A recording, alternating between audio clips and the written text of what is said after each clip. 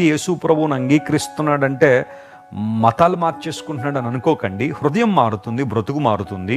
ప్రభువును ప్రేమిస్తున్నాడు. దేవునితో కనెక్షన్ క్రిస్టియానిటీ అనేది. ఆయన మార్గాల్లో నడుచువారు ధన్యులు మాత్రమే కాకుండా దేవుడిచ్చే ఆశీర్వాదాలు వారు అనుభవిస్తున్నారు. 5వ వచనం దగ్గరికి వచ్చేసరికి అంటాడు, ఎవరైతే దేవుని మార్గాల్లో నడుస్తున్నారో వారిని దేవుడు సియోనులో నుండి ఆశీర్వదిస్తున్నాడని. Zion is the place of refreshment. Zion is a place of blessing. And Zion is a place of prosperity.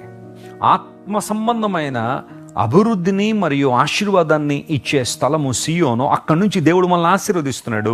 యెరూషలేముకు క్షేమం కలవడం చూస్తావు అంటే నీ కన్నులతో క్షేమకరమైన పరిస్థితులు చూస్తావని ఒక చక్కని వాగ్దానం అక్కడ మనం చూస్తున్నాం. ఒకవేళ ఈ ఉదయకాల సమయంలో దేవుని ఆశీర్వాదం కోసం ప్రాకులాడుతున్నావా? దేవుని ఆశీర్వాదం కోసం ప్రార్థన చేస్తున్నావా? దేవుడు నీతోనే మాట్లాడుతున్నాడు. నువ్వు ఆయన త్రోవల్లో నడవగలిగితే, ఆయన చిత్తాన్ని నెరవేర్చగలిగితే, ఆయన ఇష్ట ప్రకారం బ్రతకగలిగితే